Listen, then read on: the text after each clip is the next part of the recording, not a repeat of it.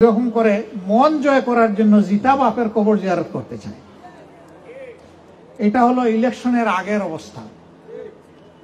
কিছু লোক, কিছু দল ইলেকশন আসার আগে বিশাল বিশাল ফিরিস্তি দিবে, বাংলাদেশকে কানাডা বানাবে, বাংলাদেশকে সিঙ্গাপুর বানাবে, আমেরিকা বানায় ছাড়বে এবং শেষ পর্যন্ত আমাদেরকে একেবারে মঙ্গল গ্রহে নিয়ে যাবে। কিন্তু যখন ইলেকশন চলে যায় তখন আর এটা মনে থাকে না।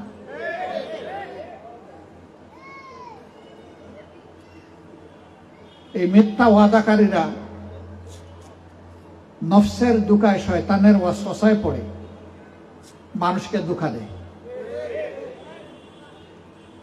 আমরা বহু ধোঁকার শিকার হয়েছি গত 54 বছর। আবার কি আরেকটা ধোঁকা খাওয়ার জন্য আমরা তৈরি হচ্ছি? বরঞ্চ এবার ধোঁকাবাজ যারা, তাদেরকে আমরা কি বলবো? ধোঁকাবাজকে না বলুন। কে ধোঁকাবাজ আর কে ওয়াদা রক্ষাকারী, এই জাতির এত পুড় খাওয়ার পরে এটাকে বুঝতে এখনো বাকি আছে? অতীতের আমলনামা, বর্তমান আমলনামা, এই দুইটা দেখে বুঝতে হবে আগামীর আমলনামাটা ওনাদের কেমন হবে বা আমাদের কেমন হবে।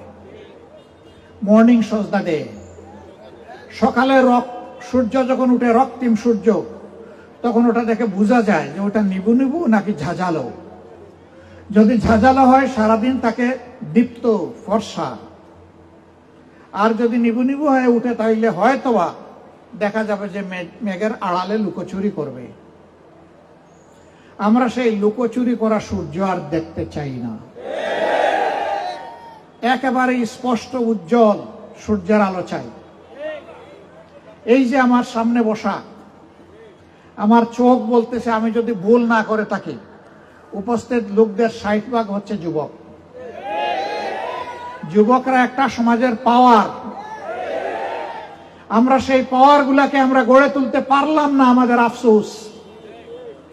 এই সমাজের দায়িত্ব ছিল আমাদের পাওয়ার গুলাকে এম্পাওয়ার্ড করা, তাদের হাতগুলাকে দেশ গড়ার কারিগরের হাতে পরিণত করা, প্রত্যেকটা শিশুর শিক্ষা নিশ্চিত করা, তার স্বাস্থ্য সেবা নিশ্চিত করা, মায়ের স্বাস্থ্য সেবা নিশ্চিত করা। এইভাবে একটা সমাজ, সুস্থ সমাজ গড়ে তোলার জন্য সমাজ দায়িত্ব পালন করবে, কিন্তু না, আমাদের সমাজ করে নাই। আজকে শহরে, গ্রামে বহু পরিবার, বহু সন্তান এমন আছে, জন্ম নেওয়ার পরে তার মায়ের দুধটাও ঠিক মতো পায় না, কারণ তার নিজের মাই তো অপুষ্টিতে ভুগে। তাকে পুষ্টিকর দুধ দিবে কিভাবে? এই শহর এলাকায় এটা আছে।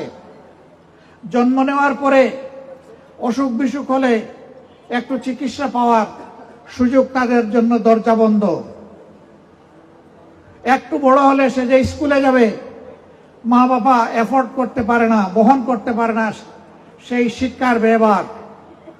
এই জন্য সে চেয়ে চেয়ে দেখে, ব্যাকপ্যাক পিছনে ফেলে, ওয়েল ড্রেস হয়ে কিছু শিশু তার মতো যাচ্ছে স্কুলে।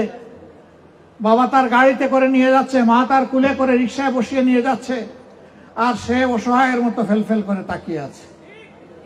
আমিও তো শিশু, আমি শিশুটিরও তো একটু অধিকার ছিল এই শিক্ষা পাওয়ার। কই, আমার সমাজ, আমার মা বাপ কেউই তো আমাকে শিক্ষা দিচ্ছে না। এই শিশুটি যখন অনাদরে, অযত্নে, অশিক্ষায় বড় হয়ে উঠে, তখন তার বিবেক যখন জাগ্রত হয়, উপরের দিকে তাকাইয়া দেখে, বাপরে বাপ, এটা তো 23 তলা। আমি, আমার মা বাবা কোথায় আছে?